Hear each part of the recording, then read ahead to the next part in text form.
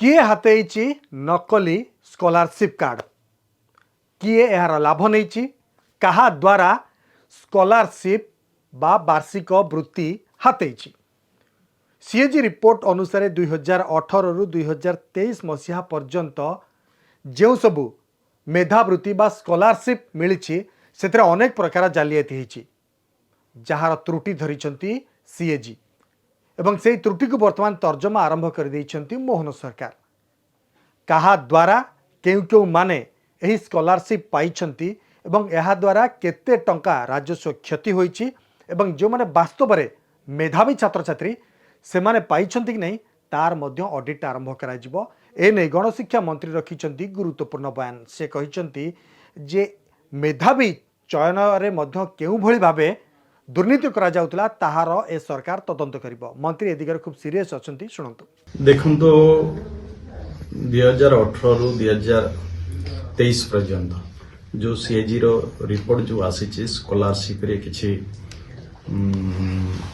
Fake certificate दे जो माने scholarship हाथी छंती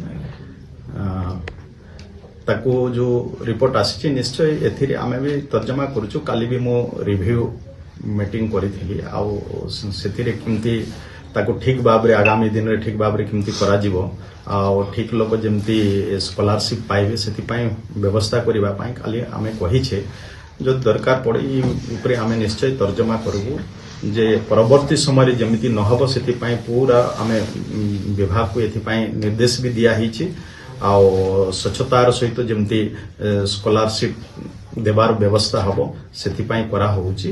आ जदि आवश्यक पड़े तर्जमा कला परे जदि कौनसी कार्यानुष्ठान नेबारो तो आमे निश्चय कार्यानुष्ठान भी नबो।